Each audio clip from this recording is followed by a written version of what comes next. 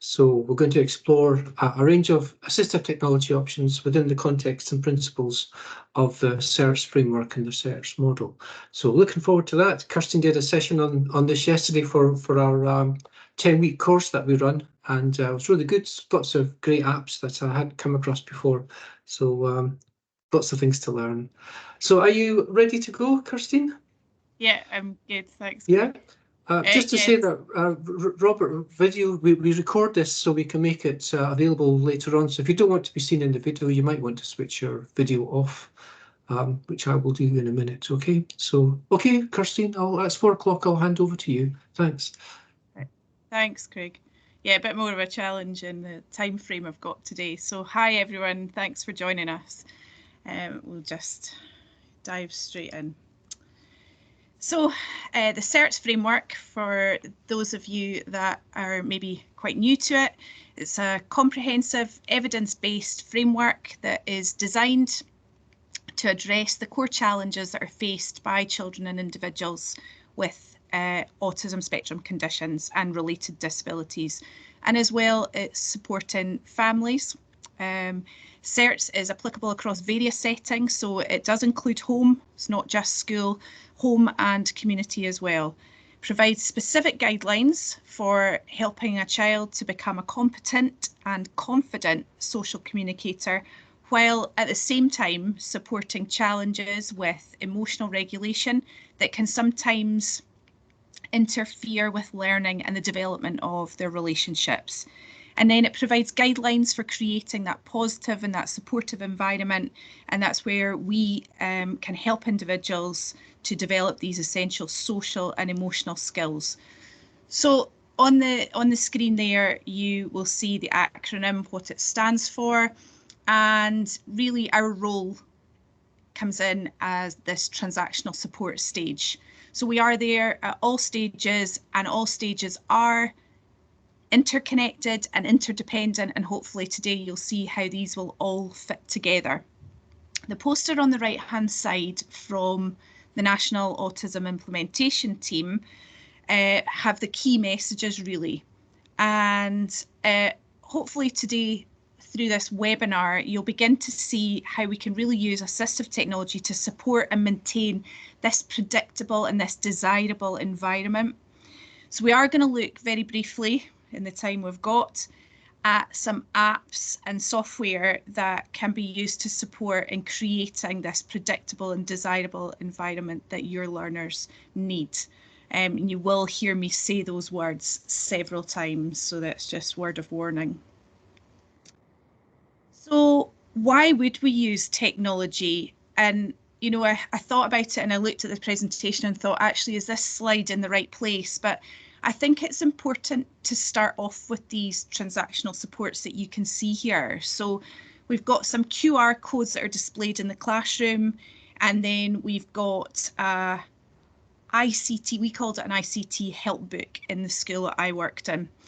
So these QR codes would take learners to websites that they might need to access. And consistent use of these types of support can really help learners to independently navigate to websites that they use regularly.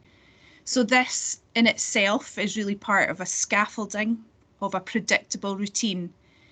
And then the ICT book that you can see beside it, it's a keyring compiled of not just QR codes, but also logins and passwords for websites.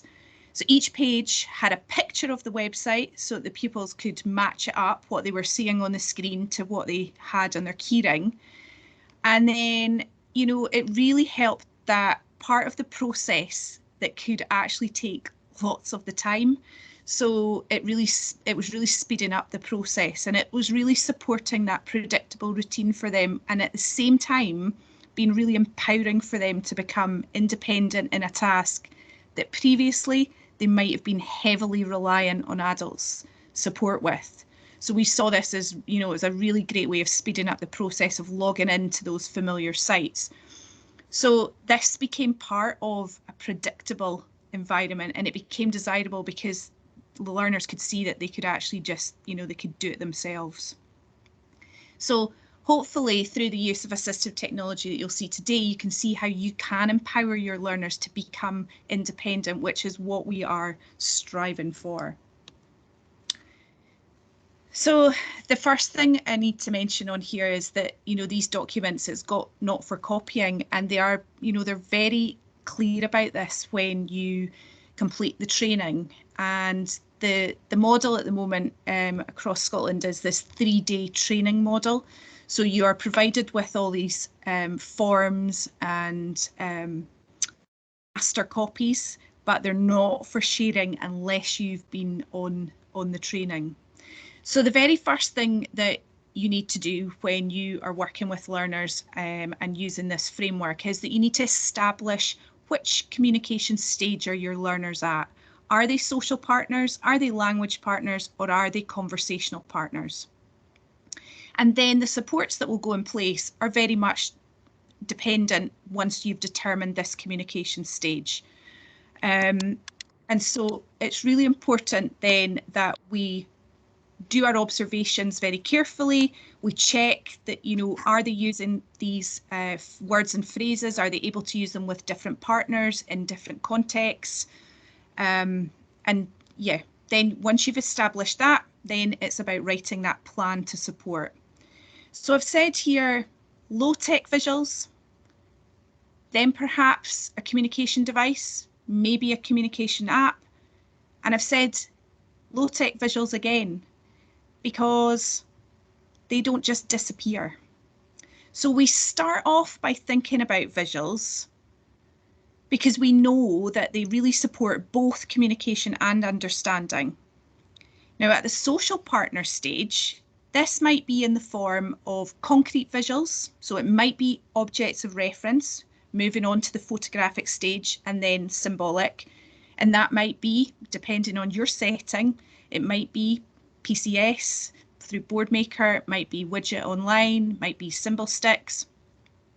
The important is that it needs to be consistent across your setting and that you really should have the same types of visuals from classroom to classroom, in the lunch hall, the assembly hall, in mainstream and specialist provisions, the same in both classes, right through if staff wear them on lanyards, they're the same, everybody's wearing the same outdoors.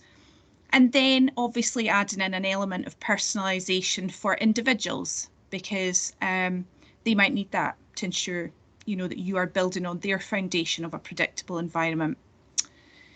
So here we've got our Symbols for All website, and we actually have some curricular resources that are available. Just share that. So they're located here.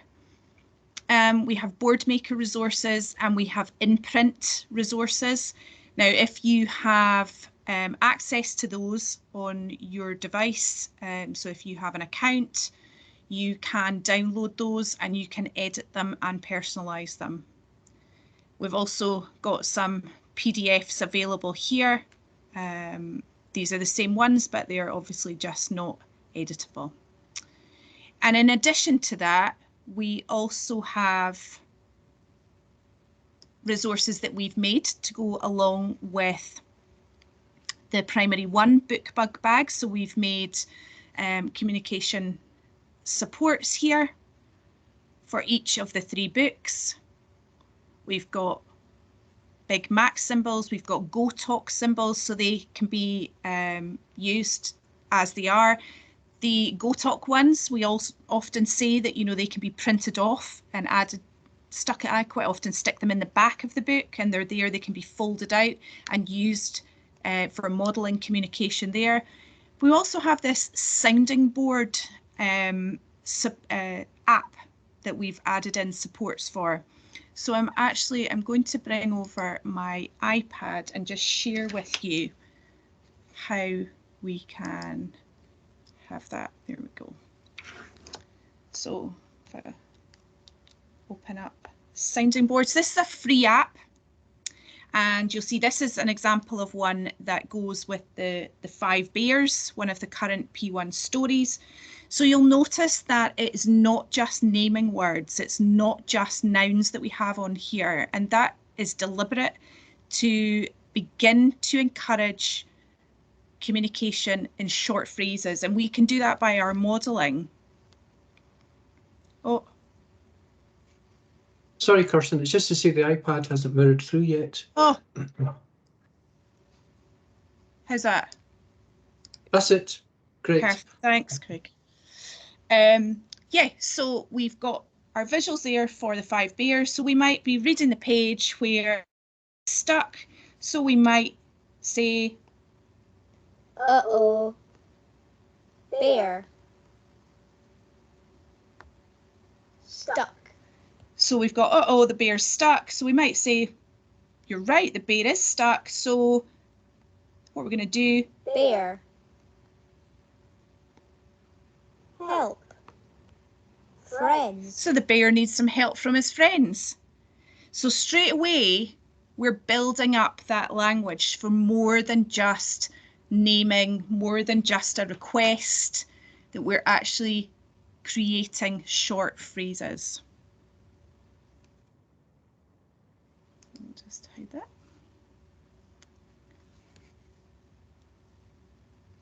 So I think these sounding board ones that are available on our Symbols for All site, they're a really great model, and they can be used as a model because you can create your own. As I said, it is a free app, and one that, you know, I know colleagues have taken this and actually begun to start using it around snack time because the learners were familiar with it through shared reading experience. So I think it's important to mention here as well that although we might well have visuals for our learners at the social partner stage, our language partner and our conversational partners, they still require visual support. We all use visuals all the time. That's how we know where the fire exits are. That's how we know where the toilets are located. So we don't take these visual supports away once our learners are developing their language.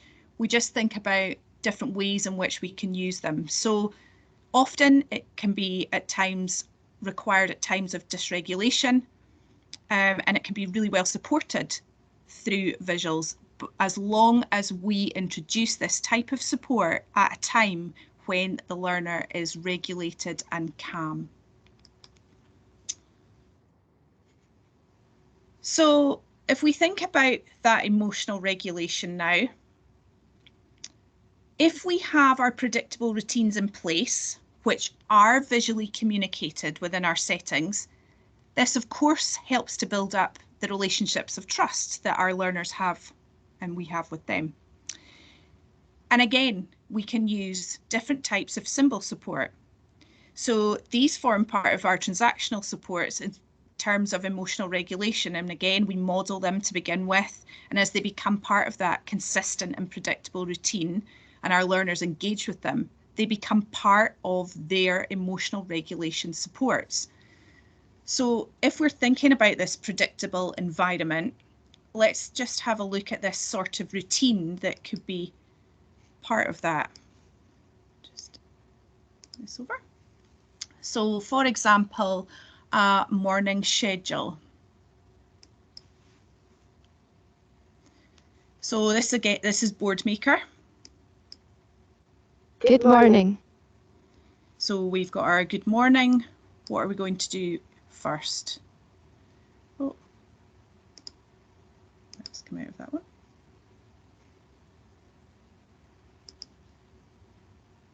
Try again. Okay, so now we've got Say hello. Who's here? What day is it? What's the weather like today? Okay, so we're going to start off with our say hello.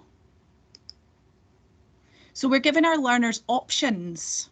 You know, we're giving over some autonomy. What are they happy with? What are they comfortable with? What do they need? And on a daily basis, this becomes part of that predictable and desirable routine because they've got different options. So one day they might be happy with a high five. Other days they might just want to wave. On another day, it might be a hug. So when that's finished, Who's here? so we've got our register now, again, part of our predictable routine. Kirsteen is here. Craig is here. Robert is here. Shirley is not here. And so on. So we're finished. When we go back, our morning routine is complete. And then we're on to our group work.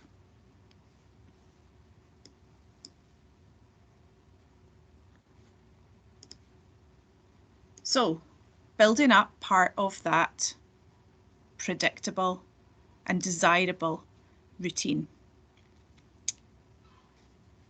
Then we can think about timetables. As I said earlier, we tend to start with printed off visuals as a low-tech option, and for our social partners, that might well be photographs if that's appropriate. Low-tech is absolutely fine too. We can also display these digitally on interactive panels. And as I said, visuals don't stop once we go beyond that social partner level stage. This learner here was a language partner. We moved away from a timetable, individual timetable like this, but at times we needed to put it back in, and that's okay. So even though they might be required differently for communication, visuals have a very important role to play around supporting executive functioning or maybe to support communication, particularly in times of dysregulation. This example here, I think, is a great one because often it can be very difficult concept for our autistic learners to actually understand when a task is finished, particularly if it appears to them to be quite open-ended with no clear endpoint. And that's something that as a staff we really self-evaluated on because these tasks can lead to frustration. And I know Craig's going to pop this in the chat, that Amy Loren, one of the co-founders of the SCERTS framework, she created this fantastic visual. She calls it the fun visual. So it's first, until, and then next. So until a certain amount of time, maybe as long as you want, until the activity is complete. So it might be first a jigsaw until it's complete, then it's on to the next one. It might be until everyone's had a turn if it's a game. Just, it depends, but it makes a lot of sense to a lot of learners to have that. Now we're thinking about technology to really support this self and co-regulation. So I can't stress enough that these need to be introduced at a time and modelled at a time of calm. So when a learner is dysregulated, they know the purpose and how to use it. So first here we've got this breathing bubble that I made for a learner with a specific interest in Mario.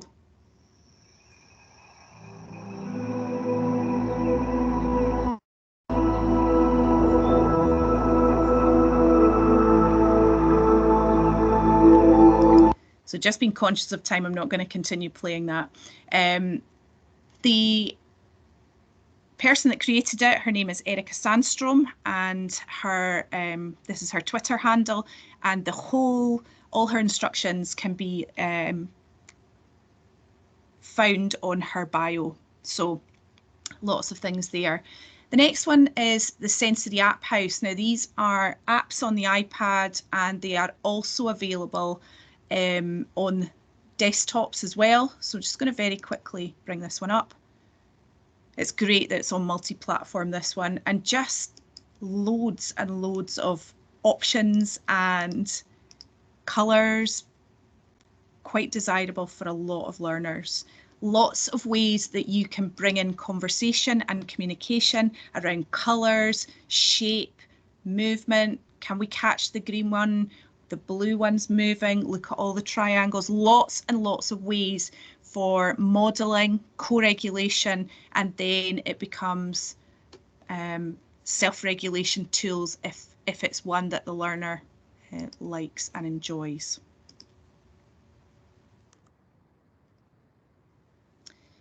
We've also got communication passports. So we're thinking now about the transactional supports that we can provide, and that they may then become the emotional regulation support. So this one here is a personal communication passport. All stages of communication partners can use these. They're a great example. We'll just bring this one up. So it's audio visual.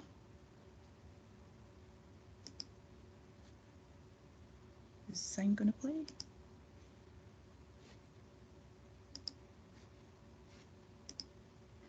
Hiya, please read my passport. So we can have it read aloud as text to speech. We can share this via a QR code.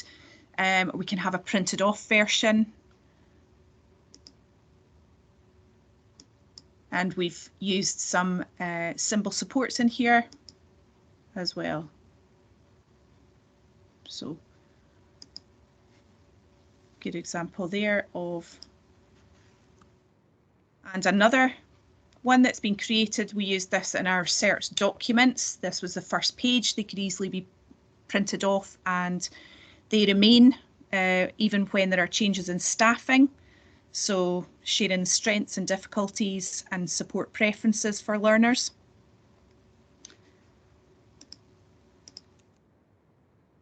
Lastly, we're going to think about these motivating activities. So if we're tapping into our learners' interests, we can use this great app called Bitsboard.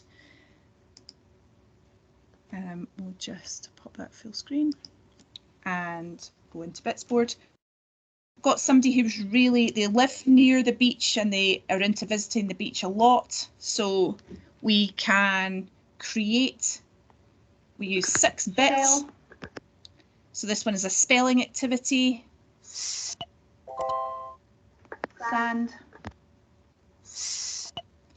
And even within each activity in Bitsboard, we can change the levels of support. So I might have not the first letter missing, I might go for middle letters, or I might just go vowels only, and I might have some visual hints as well. So let's see. Shell.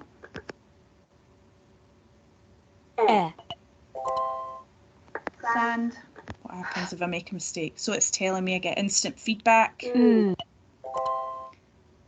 Bucket. So if I go back to that one, lots and lots of different types of activities, and each one can be differentiated within itself depending on the level of supports and scaffolds that each learner would require. So tapping into interests, very important to ensure that activities are motivating. And the other way we can do that is by using the Boardmaker Student Centre. We can create our activities within Boardmaker and then we can share them through the Student Centre so they can be accessed in the app.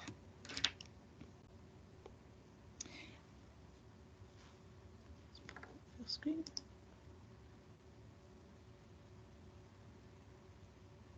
Just going to take a minute.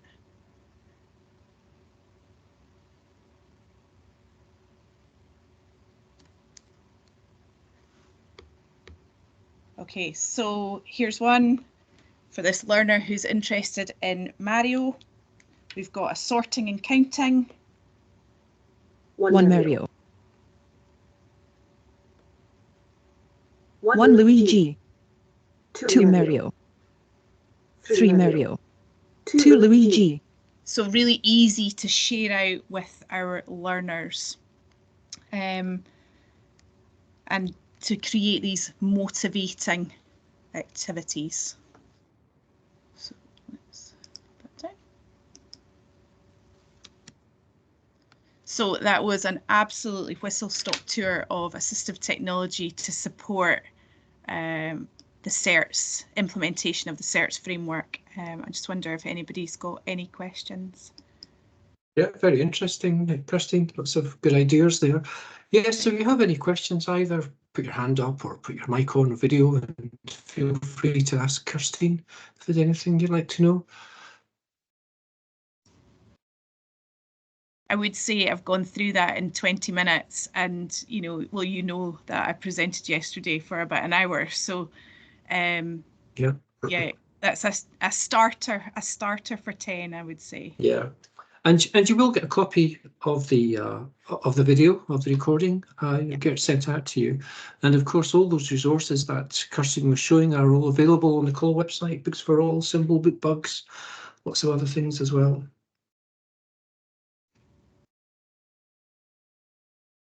If there's no questions, we can bring it. That was Mrs. Mitchell, absolutely brilliant, really helps me get started implementing SCERTS in my outreach capacity. So that's great, Mrs. Mitchell. Thank you for that comment. There is also a SCERTS National Network practitioner network that Education Scotland are involved in running. So if you're not already on that network, that might be useful as well, particularly those who are just starting out on their SCERTS journey, because I would say it really is a journey. It's it's a trial and error of things. In the setting I worked in, we did a bit of a straight in. I was keen to get started straight after the training, so yeah, you have to try things out, refine them, how they work for you and your learners, work for you as a staff. One of the things I didn't have time to share today was we created like a digital tracker. We used Excel to make a tracker. So instead of lots of paper forms, we put it into a digital form as well. So it helped us to be able to keep updating scores after we'd implemented some of these things, and then just go back and see how they worked for learners. Oh, good. I'm glad people are finding it useful. Someone's asked for your email address. Do you mind if I pop it into the chat box? Is that okay? Absolutely. Yeah. Absolutely. Okay. Yeah. There's, so Nate. There's Kirsteen's email if you need to get in touch. So yeah, Nate have some of the resources. They're in agreement with the producers of SCERTS. They're not exactly the same as what you're provided with on the training. But yeah, happy to answer any questions. If people wanted to email me, that's absolutely fine. Okay, thanks everyone. Thanks for coming along. Thanks Kirsteen as well for a great session. And you know what, Craig? Yeah. Sun's shining now. I did bring sunshine. Maybe in Bathgate, but in Lithgow, it's dreary. I'm in the office today. Oh, in Edinburgh. Okay, right. Okay. Okay. Great. Thanks, everybody. Thanks everyone. Bye. Bye.